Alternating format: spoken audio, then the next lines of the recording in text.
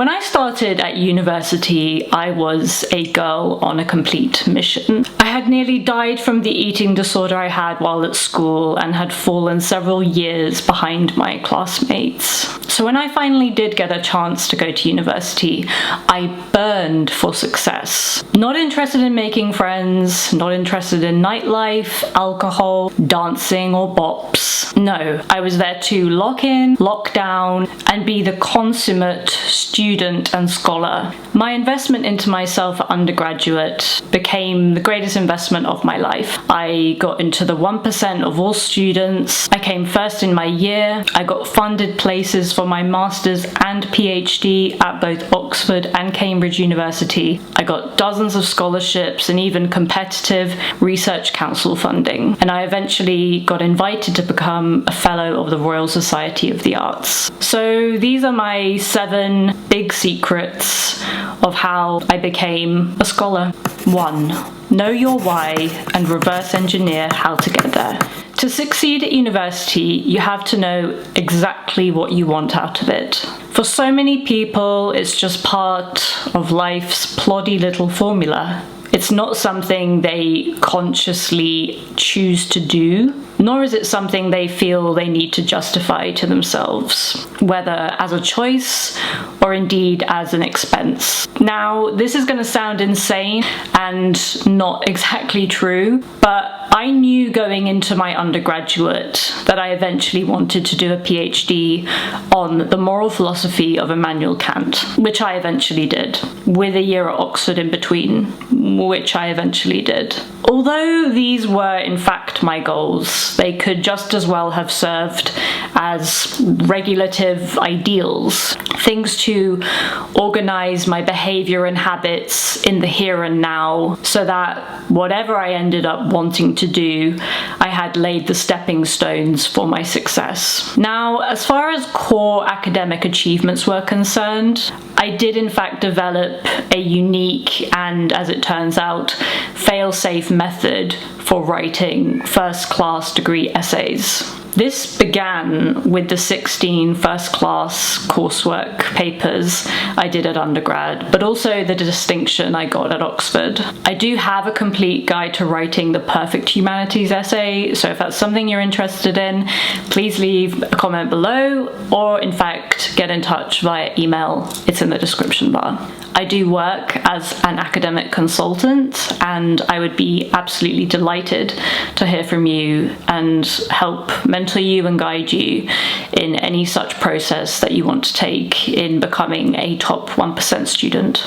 2. Stay in your lane and be prepared to be vehemently disliked. When you start doing well in your studies, there will be people who want to steer you completely off course, and they have an almost radioactive level of insecure energy that comes off them. Now, the way I saw that, and in fact how I still see it, is as kind of volatility in the stock market. If you know that you have an investment that will pay out in years, many years, a decade to come, then you can't let the instability of others carry you off course. Whenever and if ever you get carried off course by frenemy type forces, you're going to need a method to course correct, to lock back in and remind yourself why it is that you're investing so much life force into this or that qualification. And here's another unpalatable truth nestled within this little cluster. You have to be prepared to be quite seriously disliked. The 1% of students are often resented, hated even, and you're going to have to make some level of peace with that. Pretending to be more average than you are is just one way that high-achieving students end up self-sabotaging. They will downplay their grades if they're asked about them. They will stop putting their hand up in a seminar when they see that they get the eye rolls of their supposed friends. And all I want to say is, do not change. Those who resent you and their opinions are not people whose opinions you should care about in going forward in your life. These are the types of people who see academia, and indeed many aspects of their life, as a zero-sum game. They think that if you succeed, they fail, but it doesn't work like that. And unless you're actively competing for the exact same goal, it's incredibly unlikely that you being successful in your pursuit of that goal will in any way impact on them. So you have to completely zone out of that volatility, as I mentioned, and just remind yourself why you're invested and why you're invested in this as a long-term goal. 3. Manifest scholarly maturity early. To reverse engineer achieving a goal like getting into Oxford or Cambridge, along with funding for your PhD eventually, you're going to need to seriously stand out from the crowd. Because I was already putting absolutely everything into my undergraduate essays and coursework, and had a proven technique for excelling on paper, I in effect already had the best of myself at my scholarly disposal when it came to doing things outside of the curriculum. Amongst the 16 coursework papers that I got first-class grades on during my undergrad, several of these papers were touted by my professors in their feedback as potential publications. I remember I applied in my second year of undergrad to a conference on self-cultivation in Italy. This was the philosophy of self-overcoming, effectively, and by Jove, I submitted an abstract and I got into this conference. I was the only undergraduate at this conference. Everybody else was either a final year PhD student, a postdoctoral student, or indeed tenured faculty or a professor somewhere. I then, after this experience, got invited to submit my paper for peer review in the conference proceedings, which I did, and I eventually, a couple months later, got my first publication. This only begat more self-confidence, and I applied for further conferences in Turkey, the UK, and altogether this helped me to show on paper, but also to manifest a real ability to go above and beyond. This type of activity is almost entirely unheard of amongst undergraduates, and it went a seriously long way when it came to applying for postgraduate degrees at Oxford and Cambridge. It showed a level of commitment to scholarship that simply excelling in the degree modules themselves was not able to evince. And I basically did the same with my master's thesis. I wrote this distinction grade thesis at Oxford, and within 9 months of graduating, the paper was published. This meant that by the time I was applying for the PhD at Cambridge, I had several publications already on paper that showed an unusual level of commitment to academic self-development and original contributions to knowledge. 4. Leverage the power of networking. I would never in a billion years have believed that networking would play any part at all in me becoming a very successful top 1% scholar. I wouldn't have believed it had any role to play in getting places at Oxford or Cambridge, or indeed, I wouldn't have thought that showing your face and turning up places really could pay any type of dividend in breaking through a type of academic ceiling. I find this especially shocking in myself because I'm a highly introverted person. I have suffered with severe social anxiety throughout my entire life, and I look back at the amount of hustle I did in terms of networking during my undergraduate and even during my master's, and I'm genuinely shocked. It's beyond me how I did this, and I think it just speaks to the level of drive I had, effectively. So I would go not only to all of the open days at Oxford and Cambridge for the courses I was applying to, but also for specific colleges. I would go to reading groups event that I was invited to or not invited to. I would turn up to people's office hours. I was a regular with my personal tutor, and I must say, putting in that FaceTime, as much as the introvert in me found it very difficult to muster that level of energy, it absolutely translated into results, because you have to understand that academics, especially those who are working in similar research areas or potentially sort of ancient philosophy or the classic side of philosophy, a lot of them talk to each other, a lot of them know each other, a lot of them attend the same workshops, attend the same seminars, co-write books. So if you put in the time with a particular professor, say, that could end up being incredibly valuable simply as social proof, if not proof of, really high level aptitude when it comes to writing reference letters, actually sort of maybe twisting someone else's elbow in getting you opportunities, getting you into workshops, conferences, whatever. And I remember I went to this open day for the Masters in Philosophy at Cambridge, and I remember meeting one professor in particular who I'd never met before, but who I wanted to supervise me were I to get in.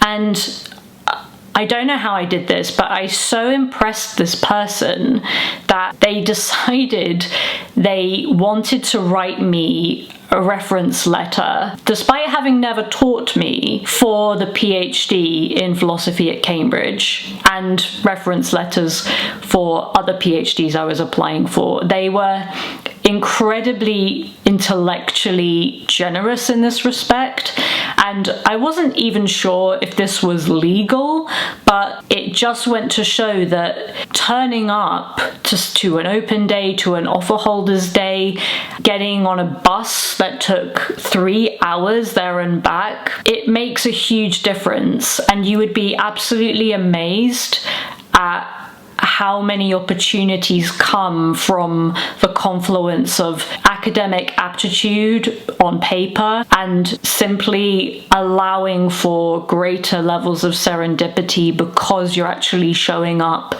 because you're putting in the time, and because you are the real deal. When you show up, you can demonstrate the quality of your understanding, the originality of your ideas, and the value add you can have for an institution. 5, treat your reading list like a floor, not a ceiling. Now, the students who get good grades will, at best, read what's assigned. The students who get excellent grades will read what's assigned and maybe do a bit of Googling around the topic. But the students in the 1%, they will read what's assigned, they will read the footnotes of what's assigned, they will follow up on those footnotes of what's assigned, and they will then continue going into extreme depth in various bibliographic directions to ensure that in researching for any particular topic or coursework essay, that no stone is unturned. They will absolutely pummel the depths of a reading list and go way beyond it, as you should if you want to be a top 1% student. When it's clear to your professors that your reading and writing reflects a desire to triangulate upon an idea to gain exceptional conceptual clarity, that is when you can write the most nuanced essays. That is when you can set up a problem, motivate the problem, and really devise very serious care and citations and quotations, the thesis, antithesis, and the synthesis, all the while potentially contributing something original. Now, contributing something original isn't a requirement at undergraduate, but if you can at least learn to get into the habit of trying to articulate something original, you will blow your professors out of the park. And I did this possibly at every opportunity. I was only successful in true originality, if you will, a smattering of times, and those became the papers that eventually got published. My cat's so annoying. Patty, stop! And these are the qualities that will not only qualify you intellectually for postgraduate research, but if you've been the type of student to produce coursework with that level of bibliographic granularity, the references that your professors will actually be writing from undergraduate will be incredibly strong, because they will speak to that level of illumination, that desire for knowledge, and that is precisely what matters from your undergraduate. 6. Get a co-author. Now, another very nifty, if you will, tip that I learned fairly early on, if not during undergrad, then at least a little bit later, is that at this stage in your career or education, if you will, you want to maximize the number of opportunities you get, and that can really involve buddying up with somebody more senior to you and finding special issues of journals to submit to, finding essay prizes to submit to. You basically want to create momentum at this stage of your academic career. This isn't really the time in your scholarly life to be laying one golden egg per every half decade.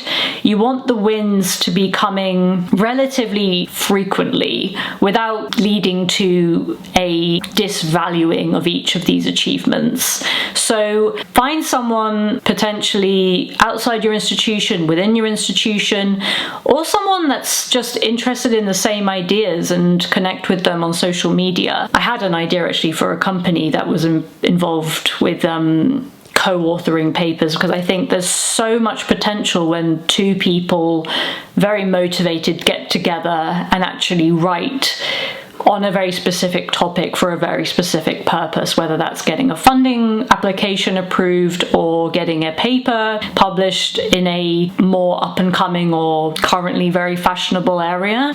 And it's just something to consider. It's certainly not been the foundation of my academic success, but you mustn't necessarily think of this as a completely lone wolf game.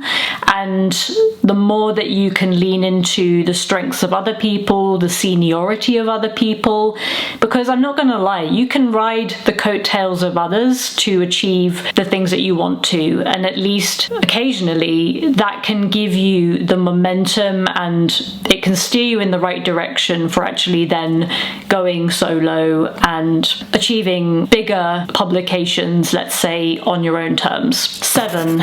Rational eros.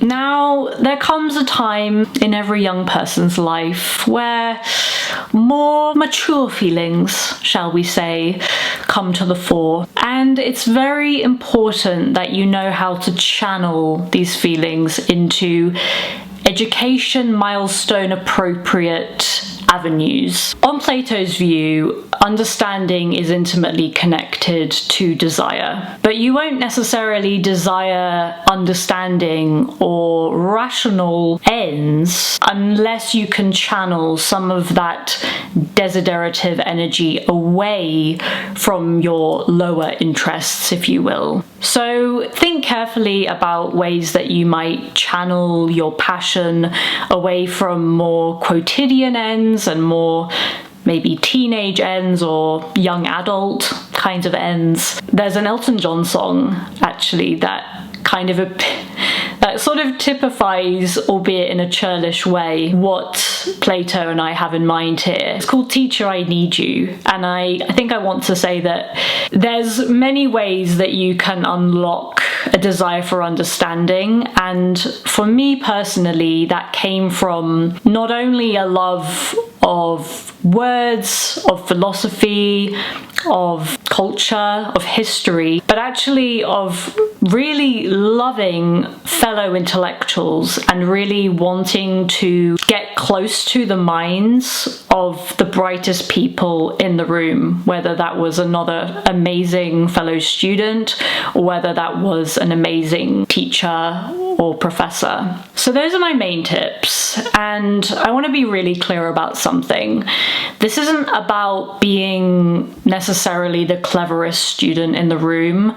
It is about being the most intentional one. And I know it kind of gets swept under the carpet, but education is a privilege. Education, at least in this country, is expensive, and you don't want to squander any such opportunity in the face of the volatility of other people, whether people have opinions about where your priorities lie. This is a potentially once in a lifetime chance to dedicate yourself entirely to scholarship and to manifesting in yourself a scholarly disposition. It is rare, it is precious, and ultimately I think it's infectious. And once you've got that ball rolling on your scholarly manifestation journey, if you will, ultimately there's no saying where it could take you. It will most certainly unlock myriad opportunities, and I know that having become